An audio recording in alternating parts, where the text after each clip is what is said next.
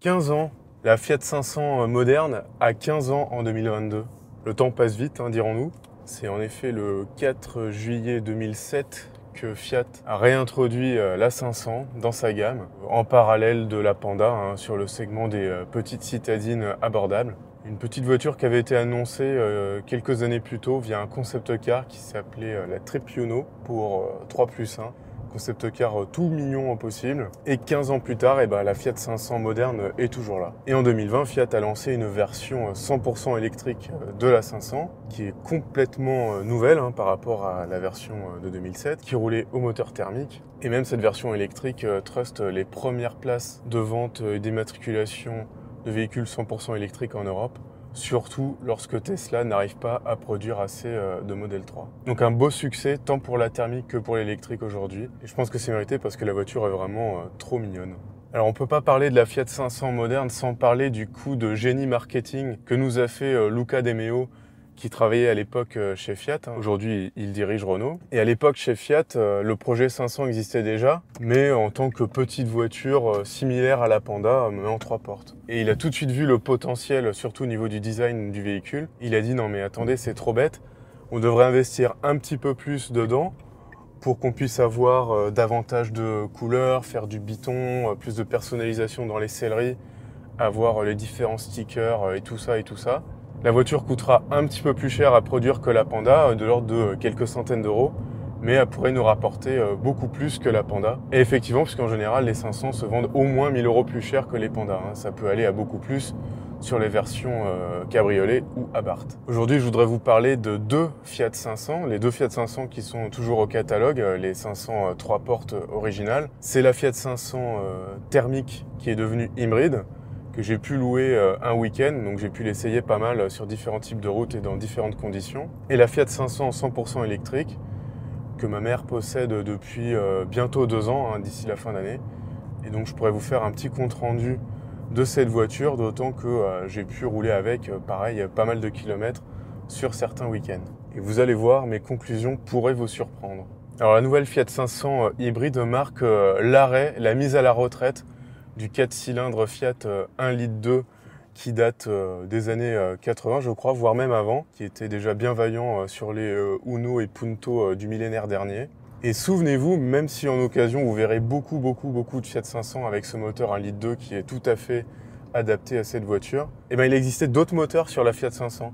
Lorsqu'elle est arrivée en 2007, on avait aussi un 1,4 litre de 100 chevaux qui avait pas mal déçu la presse à ce moment-là parce que ce 1,4 litre de 100 chevaux était le moteur qui était présent sur la Fiat Panda 100 HP, une petite voiture sportive sortie de nulle part qui a fait absolument l'unanimité de tous ceux qui sont passés derrière le volant. Et tout le monde en attendait beaucoup sous le capot de la Fiat 500. Mais malheureusement, c'était un rendez-vous manqué puisque les prestations dynamiques et les performances étaient guère plus intéressantes que la version 1,2 litre. Pas du tout le même tempérament que la Fiat Panda 100 HP. 2 autres moteurs qu'on a oubliés sur la Fiat 500.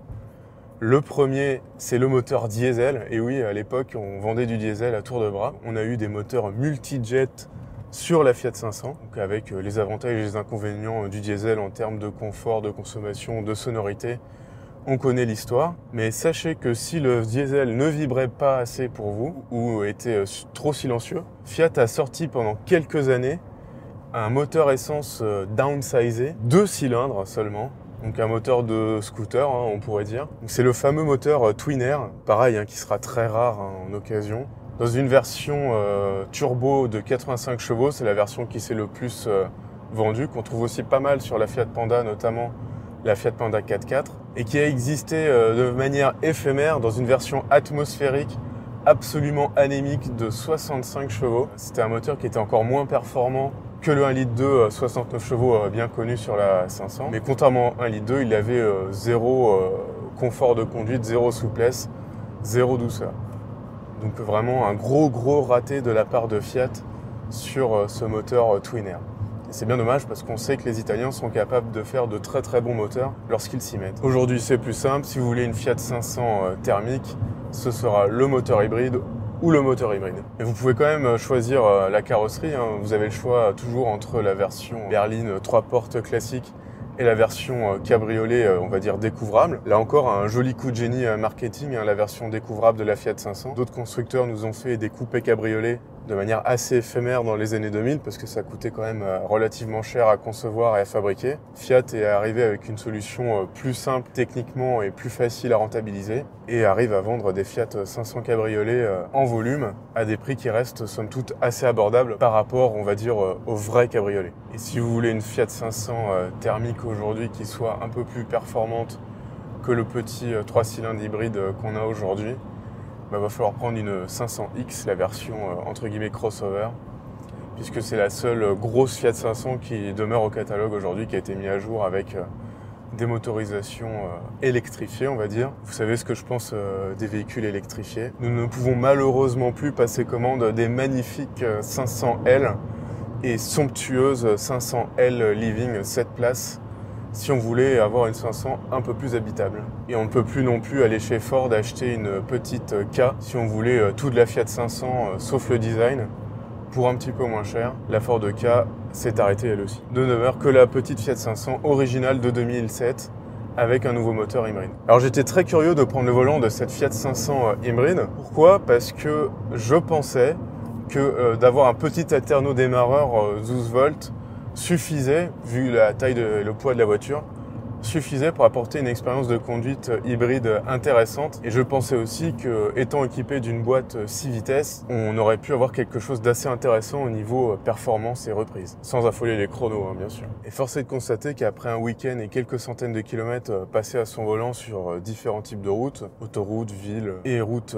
secondaires, je suis assez mitigé par rapport à cette version hybride, parce que je trouve qu'elle est assez frustrante. La Fiat 500 thermique en elle-même, c'est un véhicule qui est extrêmement bon sur la route. Moi, j'avais comme référence la Fiat Panda qui était basée sur le même châssis. La Fiat 500 est beaucoup plus stable et tient beaucoup mieux la route, sans doute dû aux jantes plus grandes, hein, de 15 pouces. Là, on était sur du 14 ou du 13 sur la Panda. Donc vraiment une voiture qui n'a pas peur de faire de la route. C'est complètement une autre histoire qu'une triplette Toyota PSA par exemple. Une 108 sur la route, c'est vraiment une punition. La 500, pas du tout. Et j'espérais qu'avec un petit moteur, avec un alterno démarreur et une boîte 6, on aurait vraiment quelque chose de très agréable à emmener au fil des kilomètres. Et sur ce point, j'ai vraiment été déçu, parce que la Fiat 500 hybride, c'est avant tout une Fiat 500 thermique avec un moteur 3 cylindres atmosphérique, à peu près l'architecture la moins agréable à conduire sur le marché en ce moment. Et ça se ressent vraiment au volant. La petite hybridation n'apporte vraiment aucune souplesse ou douceur supplémentaire. On est vraiment en retrait en termes de confort de conduite de ce que pouvait être le vieux moteur 1,2 litre qui équipait la 500 jusqu'alors. Malgré ça, ça reste une voiture qui conserve beaucoup de qualité, hein, à commencer par son design, sa personnalisation. La planche de bord et l'intérieur restent toujours aussi charmants après 15 ans. On a eu bien sûr des évolutions pour intégrer des écrans, Apple CarPlay, Android Auto, toute la connectivité attendue d'une voiture moderne. Mais dans l'ensemble, ça marche encore très très bien. Aussi, la voiture est étonnamment confortable hein, pour une petite voiture de ce format. J'ai été vraiment surpris de voir avec quelle aisance elle pouvait passer au-dessus des ralentisseurs. J'ai rarement vu de voiture aussi petite se comporter aussi bien en termes de confort. Alors avant de vous dire s'il faut acheter ou pas cette Fiat 500 hybride, parlons quand même de la toute nouvelle Fiat 500 électrique, sortie en 2020. Toute nouvelle voiture hein, qui reprend rien de la Fiat 500 de 2007, si ce n'est une bonne partie du design. On sent que Fiat a voulu faire une voiture d'un segment supérieur, même si elle reste très courte.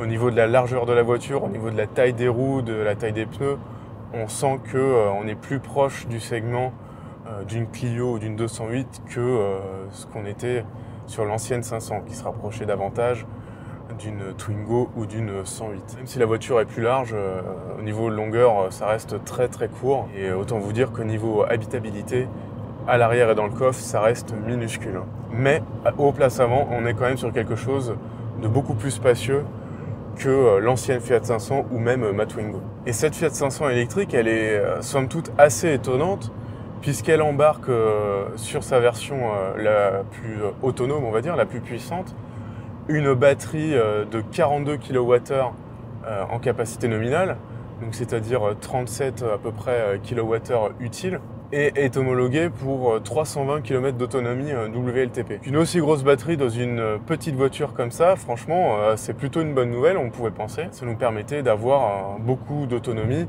pour un tarif qui reste, on va dire, raisonnable par rapport aux voitures électriques du moment. Je mets les guillemets à raisonnable, hein, parce que dès que vous tapez dans les finitions les plus élevées de cette Fiat 500, on dépasse allègrement les 30 000 euros de tarif avant bonus écologique. Aussi bonnes soient les prestations et aussi complet soit l'équipement, plus de 30 000 euros pour une petite voiture comme ça commence à faire très cher. Et cette Fiat 500 électrique, donc après un an d'utilisation diverse, peut vous dire qu'elle m'a impressionné sur certains points et beaucoup déçu sur d'autres. C'est un peu comme la Fiat 500 hybride, c'est pas trop équilibré comme avis. Au niveau confort de conduite, on est vraiment sur quelque chose du calibre du segment supérieur. C'est vraiment très agréable à conduire, même sur route, même sur autoroute. C'est autrement plus cossu que la Twingo, hein, bien sûr. Heureusement, parce que c'est quand même 10 000 euros de plus. Au niveau des capacités de recharge, là aussi, c'est plutôt une bonne surprise.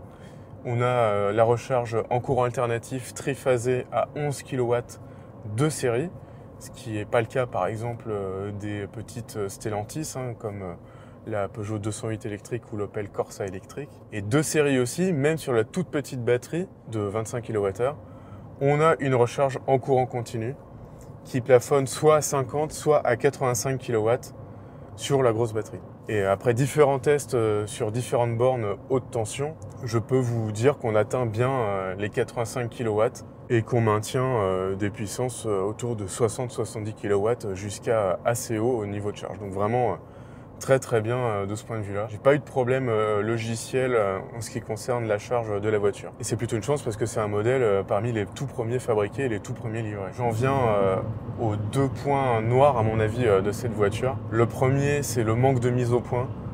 On sent que la partie électrique, malgré l'expérience de la Fiat 500 électrique californienne, eh ben, on n'a pas senti que c'était tout à fait sec hein, au niveau de la mise au point. On a quand même une voiture qui consomme beaucoup, on est quasiment au niveau d'une Zoé alors qu'on est quand même beaucoup plus petit. La voiture est lourde hein, malgré tout, on est beaucoup plus lourd que la Twingo. Dans des conditions similaires, si la Twingo fait 11 kWh au 100, la Fiat va faire 13, c'est quand même sensiblement plus. Et pour vous donner un autre exemple, à quel point ce modèle a été lancé trop vite, le manuel utilisateur n'était même pas fini d'éditer lorsqu'on a pris livraison de la voiture. On avait reçu une voiture sans manuel d'utilisation et on nous l'a envoyé par mail quelques semaines plus tard. Donc on se sentait un petit peu bêta-testeur hein, par rapport à cette nouveauté.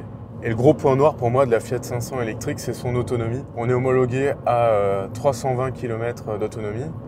Et là où d'autres marques qui vous annoncent une autonomie homologuée, vous pouvez vous y tenir sans trop de difficultés lorsque vous n'abusez pas trop de la climatisation, du chauffage ou du champignon. Sur la Fiat 500, c'est très très difficile. Vraiment très difficile d'atteindre les 300 km d'autonomie. Il faut plutôt tabler sur 250 km d'autonomie quand il fait beau et autour de 200 lorsqu'il fait moins beau. Et finalement, c'est pas beaucoup plus que la Twingo. Alors je ne dis pas que c'est pas mieux que la Twingo, hein, parce que quand même, ça reste un petit peu plus d'autonomie que la Twingo et la recharge en courant continu apporte un gros plus, même si on perd le triphasé à 22 kW. Mais vu la différence de prix, j'aurais vraiment apprécié pouvoir atteindre sans problème les 300 km d'autonomie en été. Et clairement, ça, vous pouvez oublier. Est-ce qu'il faut les acheter, ces Fiat 500 électriques et ces Fiat 500 hybrides? Et bien, comme je vous l'ai dit, c'est des voitures qui ont quand même certains compromis assez importants.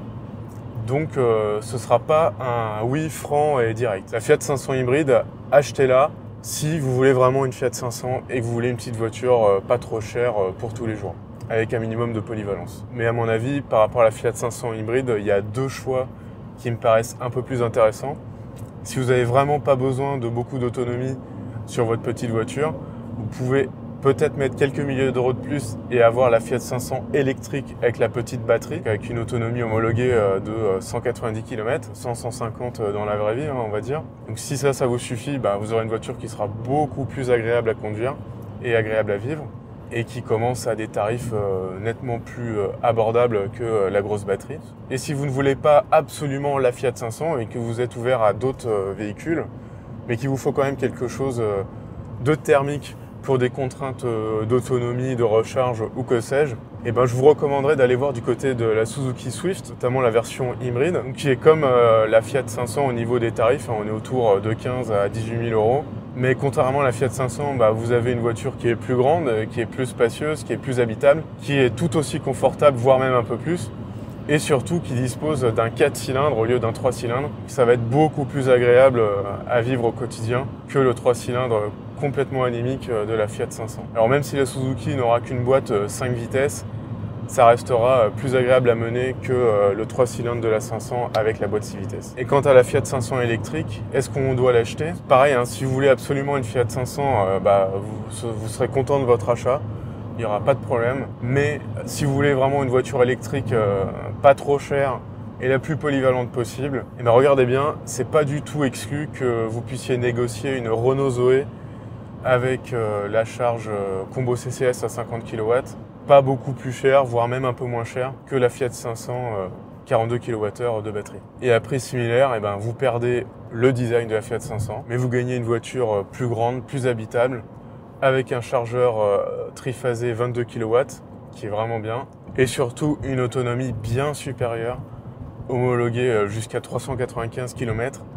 Et là, contrairement à Fiat, vous n'aurez pas trop de peine à les atteindre. On va dire que dans la vraie vie, une Renault Zoé, c'est au moins 100 km d'autonomie en plus que la Fiat 500 électrique, pour un tarif quasiment égal. Alors dites-moi en commentaire si depuis 2007 vous avez craqué pour la Fiat 500, qu'elle soit thermique, qu'elle soit électrique, que ce soit la Fiat 500, la Fiat 500X ou pourquoi pas la Fiat 500L, tous les goûts sont dans la nature. Est-ce que, je ne sais pas, vous êtes cliente d'une Fiat 500 Twinner? Racontez-moi votre expérience, je serais très heureux de la lire. On peut dire que cette voiture a vraiment sauvé Fiat depuis son lancement, parce que la gamme au-dessus de la 500 a vraiment été réduite à portion congrue, sortie de la typo. Tout ce qu'on peut souhaiter à l'avenir, c'est que Stellantis continue de faire vivre la gamme 500 avec des améliorations au fur et à mesure sur la nouvelle version électrique. J'ai hâte de voir ce que ça donnerait avec une autonomie supérieure et une consommation moindre.